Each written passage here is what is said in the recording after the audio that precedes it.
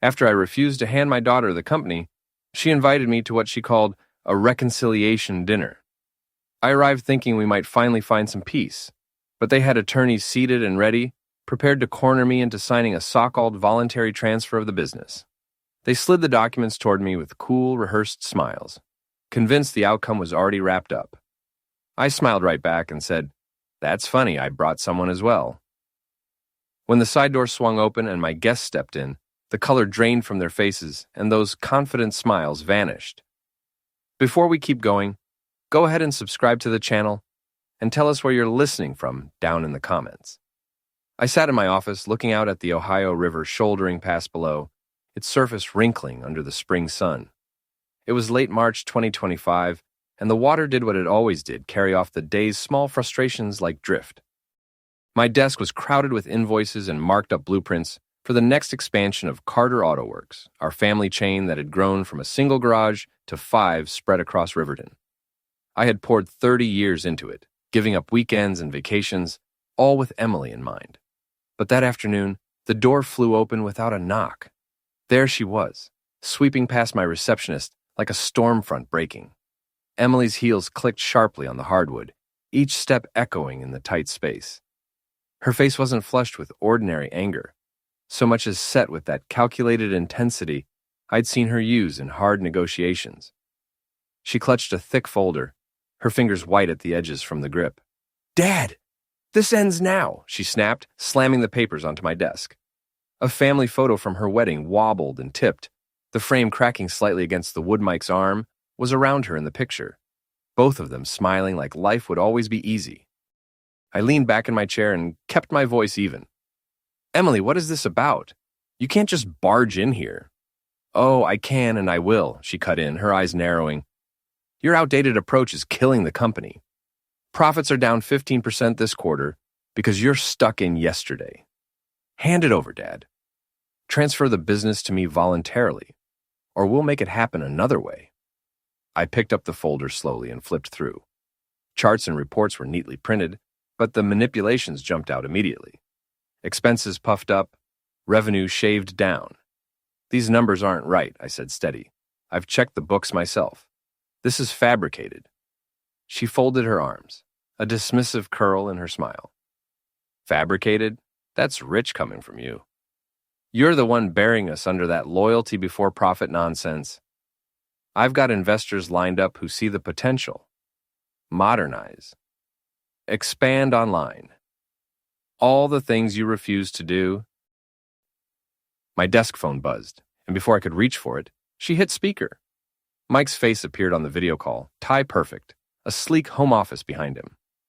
"Listen to her, John," he said, voice smooth but edged with condescension. "We're doing this for the family's future. Sign the papers or we'll need to involve lawyers.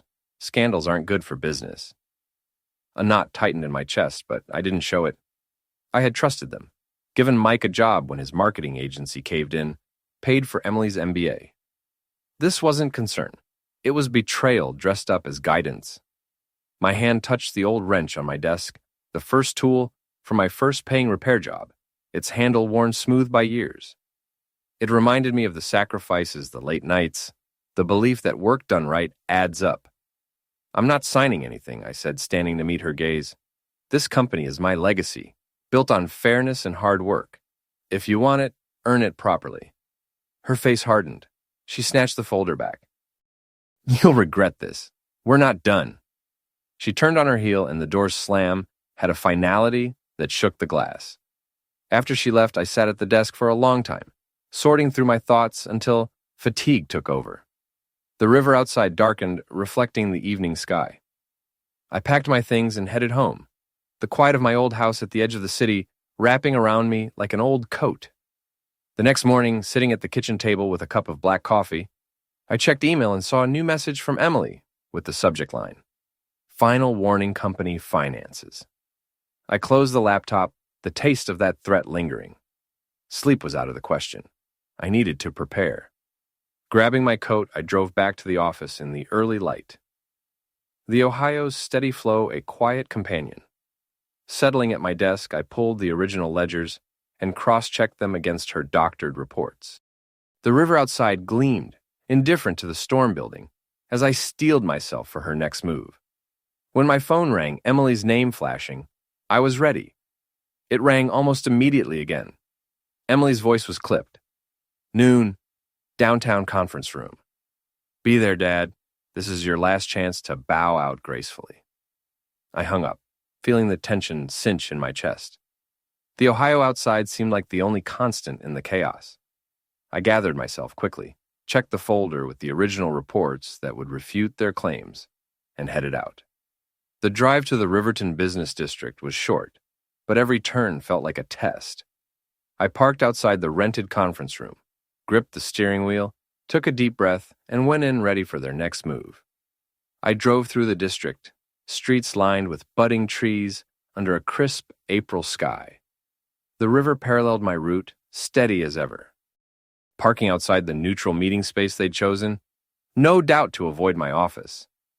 I tightened my grip on the briefcase, steadying myself. Justice wasn't about lashing out.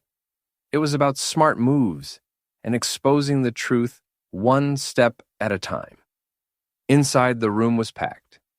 Employees I'd hired and trained were around a long table, most of them avoiding my eyes. Emily stood at the front, the projector throwing a glow across the screen. Mike was there in person this time, leaning against the wall with a smug smile, arms crossed. Glad you could make it, John, he said as I entered, voice dripping false warmth. Emily didn't waste a second. She clicked to the first slide, a graph plunging downward. Ladies and gentlemen, our profits are tanking because of outdated leadership. Dad's methods loyalty programs, manual bookings are costing us. We need modernization, apps, partnerships. I have the vision to turn this around. Whispers ran across the table. Jake, a mechanic I'd mentored since he was a kid, shifted but said nothing. I could read the bribes and threats in the room promised raises maybe, or quiet talk of layoffs. I stood and interrupted. This is manipulated data, Emily. I've seen the real numbers. You're spreading lies to force me out. She laughed coldly and clicked to another slide. Lies? Here's proof. Emails from suppliers, popped up complaints about delays, pinned on me. Mike stepped forward, handing out packets. We have support, John. Half the staff agrees it's time for change. Sign over control, or we'll vote you out. The room tensed. I tried to log into the company portal on my phone to pull the actual reports, but access denied flashed red. They had locked me out in front of everyone. Gasps echoed. Even the loyal ones looked shaken. Overnight rumors had done their work. Whispers of my supposed incompetence eroded the authority I'd earned. You're finished here, Emily said, low and triumphant. Then hand it over, or we'll drag this through court and ruin the reputation you cling to. I met her stare, then Mike's. Their greed blinded them to the cracks in their plan. His history with numbers, her tendency to shove too hard, too fast. I didn't yell. I gathered my things calmly. This isn't over, I said. You'll see. As I left door, clicking behind me, a hairline-cracked photo from the company's founding caught my eye on a side table. Me and the first team, now a symbol of the break. I stepped into the clean April air. The building's glass reflected the budding trees like a second row of witnesses. My footsteps echoed along the sidewalk, the weight of betrayal settling heavier with each step. Sliding into the driver's seat, I looked back once, then pulled onto the road. The Ohio opened beside me, its rush pulling old memories to the surface. Driving home along the river, water hurrying beside the road, my mind kept turning over the past. Emily's first steps in the garage, Mike's grateful handshake when I bailed him out, those were gone, replaced by resolve. I needed a plan, something clever and clean to turn this around. And as the miles blurred, an idea began to take shape. The river's steady push tugged at my thoughts. The ride home from that humiliating meeting stretched under the fading April light. The banks lined with fresh green that mocked the chill in my bones. My knuckles went pale on the wheel, but I kept my breathing even. No point in rage. Justice comes from clear thinking, not fury. As the miles slid by, fragments surfaced, pulled up by the water's motion. Time slipping away, like the years I'd given. I remembered the day after Anna's funeral back in '92. The shop was empty, tools scattered like unfinished sentences. Emily, just 5, clung to my leg while I knelt under a rusted Chevy, the wrench turning slow in thin light. Oil stained my hands and dripped to the floor, dark spots spreading like grief.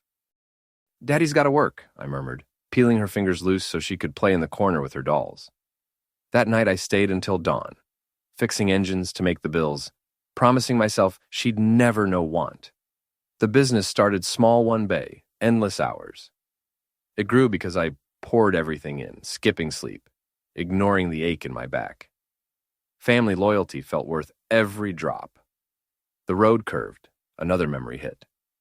Emily's high school graduation, her cap tossed high into warm air. I'd skipped a fishing trip I'd dreamed about for years to cover her college tuition, signing the check at the kitchen table, the pen scratching like it didn't want to move. "Thanks, Dad," she said later on the phone, voice bright and far away. "You're the best." That note she sent sits yellowed in a drawer. Now it reads like a sharp little irony. I built expansions and hired more hands to secure her future, believing she'd carry it forward with the same fairness. Then there was Mike. The thought darkened the lane like cloud. When he pitched his agency years back, I saw the flag's vague numbers. Way too much confidence. But Emily loved him, so I loaned him startup cash, dipping into savings I should have left alone. "Appreciate it, John," he said at our table, clinking a glass with that smooth grin. "This'll pay off big." It didn't. His firm folded quietly. Rumors of shady accounting I decided to ignore for her sake. Instead, I brought him into the auto chain, taught him the ropes, thinking family meant a second chance.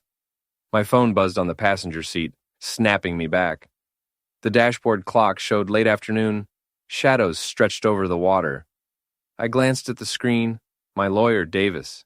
I answered, voice steady. "Davis, what's new?" His tone came urgent through the speaker. "John, they've filed preliminary papers claiming mismanagement, pushing for a forced transfer. It's aggressive. Looks like they're lining up staff as witnesses." I pulled into my driveway, gravel crunching under the tires, the house looming quiet and familiar. The river's murmur faded behind me, but his words stuck. "Witnesses? After all I've done?" "Exactly. We need to counter fast. Anything off in their finances? Any angles we can press?" I shut off the engine and stared at the front door, its paint chipped from winters past. Memories echoed. Doctor visits skipped during the '08 crash, when I worked doubles to keep payroll going. Chest pains dismissed as stress, all for them. Now this. Justice wasn't vengeance. It was balance. Their greed tipped the scales, and I intended to set them right. Davis's hint about Mike's old records sparked a small fire. Action was inevitable. The plan that had started forming sharpened into focus. The door clicked shut behind me, echoing through the quiet hall like the day's punctuation. I told Davis I'd call back soon and paced into the living room. The walls were lined with photos from better times.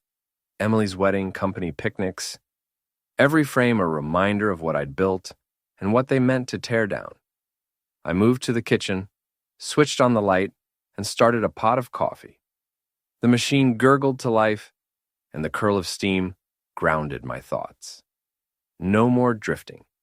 Fairness meant acting, not replaying the past. I rifled through old files on the table paper spreading out, contracts and ledgers from years ago, connecting dots. Emily's impulsive MBA-era emails, pushing risky expansion I'd vetoed. Mike's evasive answers about past clients. Their attacks didn't just look greedy. They smelled of desperation. Why the rush? I sipped the coffee. Its bitterness matched my resolve. Surrender wasn't on the menu. I'd defend my legacy step by step, exposing their weak spots before they buried mine. Setting the mug down, I dialed a number Davis had recommended, the private investigator, discreet and thorough. It rang twice before a gruff voice answered. "Parker Investigations. How can I help?" "Mr. Parker." "John Carter." My lawyer sent me your way. I need background on two people, quietly. A beat, then a shift into crisp professionalism. Details? My daughter, Emily Carter, and her husband, Michael. Focus on finances and irregularities. Mike ran an agency. Look for unreported deals, manipulations. Understood. Timeline? As fast as possible. I'll wire a retainer. We wrapped quickly. His assurances were clipped but solid. I'll start tonight. Expect preliminaries soon. Hanging up, I leaned on the counter while the coffee cooled in my hand. Their betrayal stung, but emotion wouldn't win this. Smart moves would. Emily's impulsiveness, always jumping for quick wins, like that failed marketing push last year. Mike's schemes? If Parker found proof, the thread would pull the whole thing apart. Hours slipped by as dusk settled outside, the house returning to its usual quiet. I reviewed more files, noting oddities in the recent reports they'd waved around. Then, my email chimed. Parker's first report, sooner than expected. I opened it at the desk, the screen a bright island in the room. Scans of old documents. Mike's firm dissolution with partner complaints about creative accounting. But one line jumped out an anomaly in a transfer that pointed toward funds siphoned off, with a faint link to our company. My pulse picked up. This wasn't just history. It connected to now. I stared at the screen, a plan clarifying, pieces clicking like a well-fitted gearbox. But the night kept deepening, and the questions grew. How deep did it go? What else could I uncover? The screen's glow threw long shadows across my desk, illuminating scattered papers like artifacts from a small war. Well past midnight, late April. The house was silent except for the settling of wood. I dug further into Parker's report, cross-referencing every line with my records in the lamplight. I scrolled through the archives and paused on Emily's financial trail credit alerts through a secure link Parker provided. She'd loaded up debt from impulsive investments, stock trades gone wrong, then tried to hide them behind company expense claims. Patterns emerged. A rash buy in volatile tech last fall. Frantic emails to brokers asking for more time. That explained the urgency now. Those losses built the pressure to seize control for quick cash. I leaned back, rubbed my eyes. Justice wasn't about savoring someone's mistakes. It was correcting a tilted scale. I opened Mike's section. Archived filings from his failed agency showed manipulated client accounts, revenues inflated on paper to attract money, then siphoned off in fees that vanished into offshore fog. One deal stood out, a 2020 partnership where he falsified audits, leaving partners stuck. I'd ignored the whispers then for Emily's sake. Now it flashed like a dashboard warning. I sipped what was now cold coffee and connected the dots. The tricks in those old audits matched the doctored reports they'd waved at me. Same decimal nudges, same phantom expenses. Tension built as I highlighted discrepancies. My pulse stayed steady but quicker. This evidence could pull their facade down, but I needed confirmation. I called Parker. He picked up on the third ring, voice rough with the late hour. Carter, got something already? That witness you mentioned from Mike's old deals anymore? I asked, keeping even. A former partner, he said. Says Mike cooked the books to hide losses, promised big returns that never came. He's got emails. I'm sending them now. Good. And Emily's debts? Any link to company funds? Small dips in petty cash. Line up with her withdrawals, he said. Impulsive grab what's close. We ended the call quickly. The new files pinged my inbox. The side-by-side proof of forgery jumped off the screen. Old Mike audits versus our current declining charts, identical maneuvers, phantom costs, shifted decimals. My fingers hovered over the keyboard, a slow smile tugging despite everything as the idea solidified. This wasn't the end, it was the lever I needed. But the first move had to be careful. Sitting at home felt exposed. I needed a neutral spot to send what had to be sent with no trail leading back. I grabbed my laptop and drove downtown to a quiet cafe with reliable Wi-Fi and booths tucked into corners. Dawn broke in a soft haze over Riverton, the Ohio gleaming in early May light as I headed out. laptop under my arm. I'd slept little, but resolve made a sharp edge of fatigue. I chose a corner booth, the espresso machine humming and the rest of the world waking. I masked my IP with a VPN. Parker had suggested simple precautions to keep my steps clean. The packet sat complete on my screen, scanned forgeries, Emily's debt trail, Mike's earlier schemes, everything anonymized but damning. I finalized the email to the investors. Emily had bragged we're lined up, attaching evidence with a neutral subject line. Concerns regarding leadership transition at Carter Auto Works. I paused a beat, then clicked send. A quiet thrill went through me, not revenge, but balance being restored one fact at a time. I watched responses from a burner account, sipping fresh coffee as the cafe filled with regulars. The first ping came fast. Ellis, an investor. These discrepancies are alarming. We need verification before proceeding. Another followed from a venture group. If accurate, we're out. Immediate explanations required. The chain reaction started slow and built. One by one, tentative commitments retracted, citing integrity concerns. Fairness meant shining light. This was the beam. I made a discreet call to Jake, the loyal mechanic who'd avoided my eyes at the meeting. His phone rang twice. Mr. Carter? His voice was cautious, uneasy. Jake, just a heads up, I said evenly. Compare the latest quarterlies to the originals in the safe. The differences may surprise you. A pause, then wary curiosity. You mean the ones they showed us?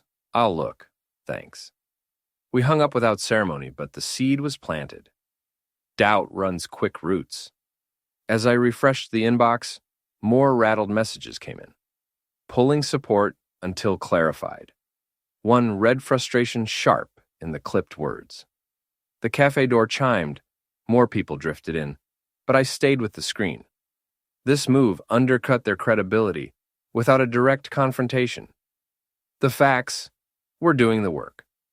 By mid-morning, my phone lit with a text from Emily. Impulsiveness cracking her poise in rushed typos. Dad, what have you done? Investors are backing out. Call me now. This is ruining everything. I stepped outside. The wind carried faint river sounds from blocks away. Her panic was the first big crack. Their counter would be fast and desperate. I walked the path by the water, the river surface choppy under the mid-May sun. Emily's message still burned in my pocket, but I kept pace and thought through the next steps. Justice isn't rushed. It builds like current. I rounded a bend when a man in a plain suit came quickly, clipboard in hand, neutral expression fixed. John Carter? He asked, thrusting a thick envelope. That's me. You've been served, he said flatly, already turning away, his footsteps fading on gravel. I tore the seal. The wind rustled pages like whispers of bad intent. Defamation suit blaming my anonymous tips for slander, demanding damages and immediate transfer. Their counterstrike swift and venomous. I folded the papers and headed for the truck, driving straight to the office with the river slipping behind in the mirror. By the time I arrived, rumors were already ahead of me. My inbox overflowed with forwarded company emails, anonymous blasts accusing me of embezzlement, twisting hard calls into scandals. Employees whispered in the hallway, avoiding my eyes. One mechanic. Megan slipped me a note by the coffee machine. Not everyone believes it. Hang in. Isolation was part of their tactic, eating at the base before the push. Mid-afternoon, the door burst open. Emily leading, face cold. Mike's voice on speaker from her phone. Two police officers behind them, badges catching the fluorescent light. One carried a warrant for an audit, based on tips of irregularities. Dad, you crossed the line, Emily said, slamming more papers onto my desk. Those leaks to investors' defamation. Now we're auditing everything. Hand over the keys, or we'll shut this down. I rose slowly, keeping my voice even. This is harassment, Emily. Fabricated claims won't stand. Mike's voice slithered through the speaker, smooth and manipulative. Come on, John, cooperate. We're ensuring transparency for the family. Officers, begin with the financials. The cops moved in and started riffling files, radios crackling. People gathered at the door, some nodding along with the spectacle. Emily paced, her impatience showing in sharp steps. You started this war, Dad. Face the fallout. Sign the transfer and maybe we'll drop the suit. I met her glare and handed an officer a folder of my backups. Check these against what they've presented. The discrepancies tell the real story. One officer paused, brow furrowing at the figures, but Mike cut in quickly. Ignore that outdated. Focus on the complaints. The audit dragged. Tension coiled like a spring. Fair play meant letting this run its course so we could counter harder. As they packed up empty-handed, one officer warned, "We'll be back if needed." Emily shot me a venomous look and stormed out, the door slamming behind her. I turned the lock and the click echoed in the quiet. I flipped through the lawsuit under the fading light. Their strikes only sharpened my resolve. Defense had run its route. Time to push. Sleep dodged me that night. The house felt too still. Papers on the nightstand whispered the same threats. Dawn sent me to Davis's office downtown. The envelope rode shotgun, a heavy reminder of yesterday's chaos. In my head, I ran the list. Forgeries, debt, schemes, everything needed for a countersuit strong enough to block their move cold. Davis's desk was piled with files. He nodded as I spread the proofs. Solid, John, he said. We'll file for an injunction to halt the transfer. Cite fraud and manipulation. That pauses the audit, too. We drafted quickly. My signature stayed steady. By afternoon, we were in a small courtroom with worn benches and a gavel that gave every word weight. Emily and Mike sat across, their calm already thin. The judge peered over his glasses. Proceedings for preliminary injunction in Carter versus Carter. Davis presented first, projecting documents onto a screen. Your Honor, he said, here are the original books versus the altered versions used to coerce a transfer.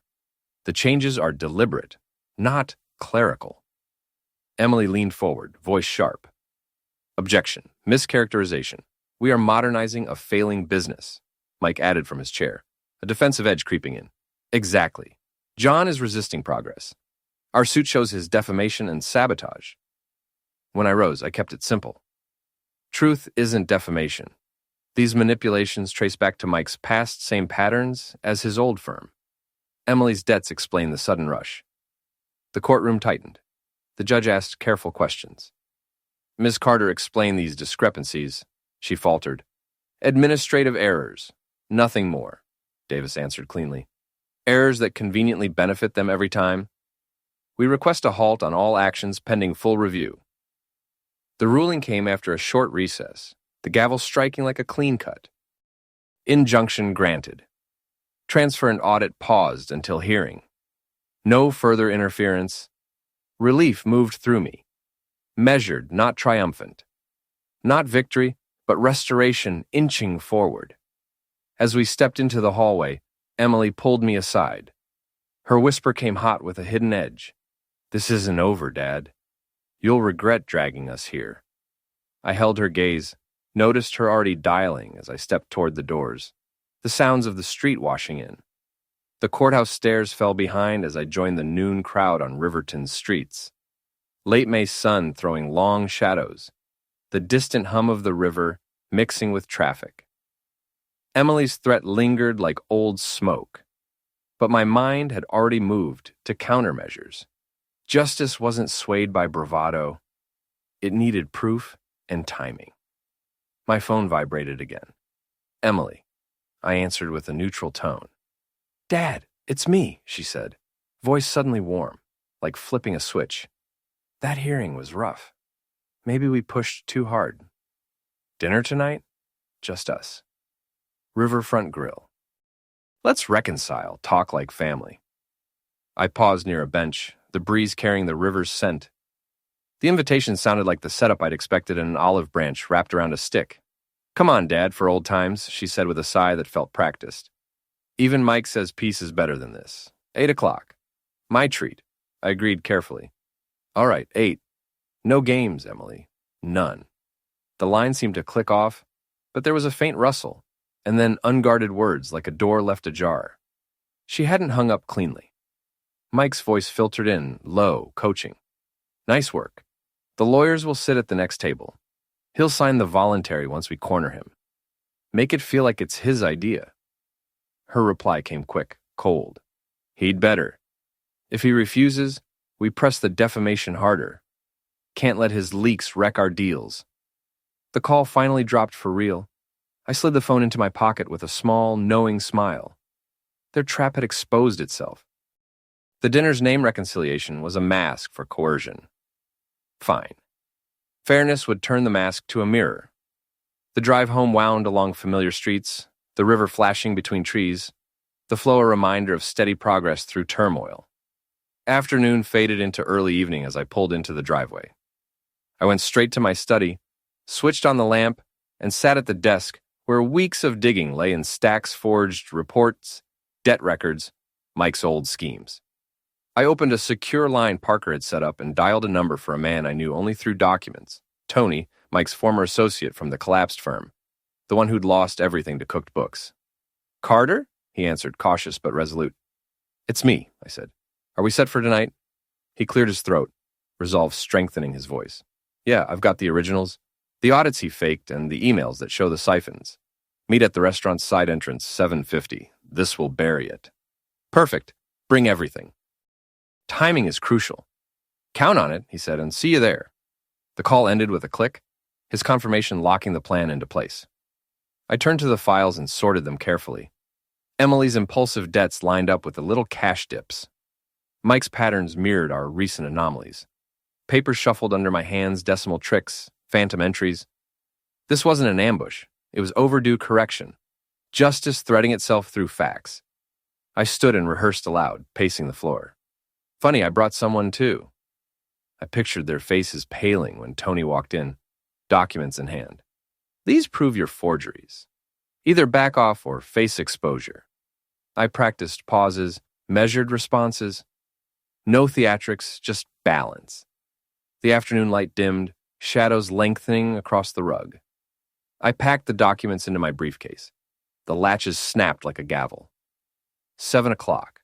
I straightened my tie and checked the time again.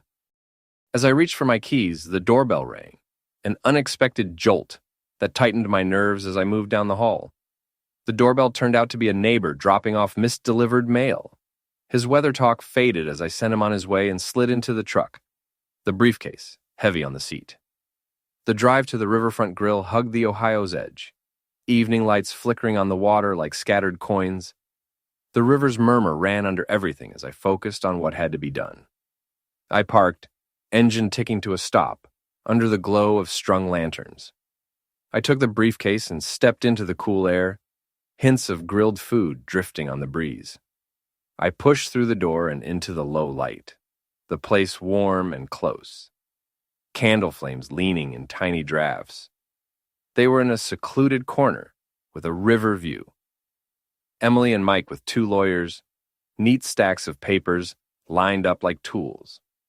Their smiles were cool and practiced, meant to look like kindness. Dad, glad you came, Emily said, gesturing to the chair. Let's make this easy. I set the briefcase by my feet, and kept my voice even. Is this reconciliation or another ambush? Mike leaned forward, sliding a folder toward me with all his charm polished up. No ambushes, John. Just a voluntary transfer. Sign and we drop everything suits, audits for the family. One lawyer, wire-rimmed glasses in a crisp manner, added, straightforward, Mr. Carter. Protects your legacy while allowing modernization. Emily's eyes narrowed with insistence. Sign for peace, Dad. The terms are fair. The papers fanned across the table like a losing hand. Their pens weighted like little spears. I scanned the pages slowly. The window held the river's reflection like a second scene. Desperation hung in the air, quiet but thick. I met their eyes with a small, composed half-smile. Funny, I said in a calm voice that carried, I brought someone too. A soft knock sounded at the nearby side door, my signal. It opened and Tony stepped in, folder under his arm, the years of damage set in his expression. The table changed temperature instantly. Emily's fork scraped her plate. Mike's smile went rigid. Tony, what are you... Mike started, his voice cracking in a way I'd never heard in public. Tony pulled a chair and sat without asking, nodding to me. Evening. John asked me to share some history. He opened his folder and slid the first document across. A forged audit from Mike's old firm, signatures mismatched, and dates that didn't add up. Start here, Tony said. Your creative accounting bankrupted us, and the same tricks show up in the fakes you used on Carter Auto. Emily fidgeted, fingers drumming a staccato on the table. This is nonsense. Who is this? One lawyer muttered to the other. The other whispered back. Momentum shifted like a floor tilting. Tony set down the next page. A timeline of siphoned funds from Mike's past deals, arrows linking directly to anomalies in our company's recent reports. See this? Same pattern, he said. Inflate revenue, then it vanishes. I lost my savings to it. You're doing it again. Mike pressed his palm to the table, trying for authority. That's old business. Fabrications and grudges. You can't prove intent. But the lawyers were already uneasy. One gathering papers in a neat stack, he couldn't seem to hold steady. We need to review this privately, the wire-rimmed one said, color draining from his face. Emily's composure cracked into bursts. Dad, you planned this? That's not fair. We're trying to save the company. I kept my tone level. Fair? Like your hidden debts straining cash flow?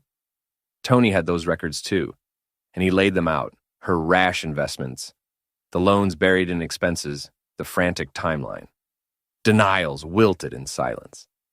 Mike tried to reshape the moment one more time. The coincidences. Suspicion isn't proof. You need intent. Tony slid the emails across the table. Mike's instructions to adjust numbers, dated just before their first demand that I sign. The pattern closed like a clasp. One lawyer stood abruptly. This changes things, he said. We cannot proceed. The other nodded, face pulled tight. Emily's protests dwindled into breath. Mike's glare bounced off. The table looked suddenly smaller, the stacks of papers less like leverage and more like litter. I rose with my briefcase and felt how light it had become. Justice wasn't loud. It was this. The right documents at the right moment. Consequences would move on their own. Now audits turned inward, outside eyes looking hard. My business remained mine without my signing a thing. I walked out into the night air. The river wine cleared the leftover tension like smoke blowing off. Stars pricked the sky over Riverton. Legacy intact, peace earned, not gifted. If you like this story, please like the video, subscribe to the channel, and share your impressions in the comments. To listen to the next story, click on the box on the left. Thank you for watching.